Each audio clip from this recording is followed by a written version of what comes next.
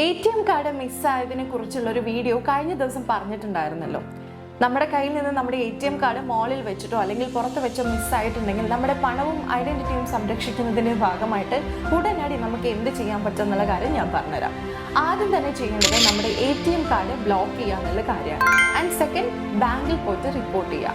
നമ്മുടെ പാസ്പോർട്ടും എമിറേറ്റ്സ് ഐഡിയും വെച്ചിട്ട് ബാങ്കിൽ പോയിട്ട് റിപ്പോർട്ട് ചെയ്യുക. മൂന്നാമതായിട്ട് മോളിൽ വെച്ചൊക്കെയാണ് നമ്മുടെ ATM കാർഡ് ഇങ്ങനെ മിസ്സാകുന്നതെങ്കിൽ മോൾ സെക്യൂരിറ്റിയെ വിവരം അറിയിക്കുക. നമ്മുടെ കയ്യിൽ ലാസ്റ്റായിട്ട് കാർഡ് എപ്പോഴാണ് ഉണ്ടായിരുന്നത്, സ്ഥലം, മറ്റ് വിവരങ്ങൾ, ഡീറ്റെയിൽസ് ഒക്കെ സെക്യൂരിറ്റിയുമായിട്ട് ചാർജ് ചെയ്യുക, അദ്ദേഹത്തിന് പറഞ്ഞു കൊടുക്കുക. ആൻഡ് വേണമെങ്കിൽ ഓപ്ഷണലാണ് ഒരു പോലീസ് റിപ്പോർട്ട് ഫയൽ ചെയ്യുക. ആൻഡ് നമ്മുടെ ATM അക്കൗണ്ട് ഇടയ്ക്കിടയ്ക്ക് നമ്മൾ തന്നെ വാച്ച് ചെയ്തുകൊണ്ടിരിക്കുക.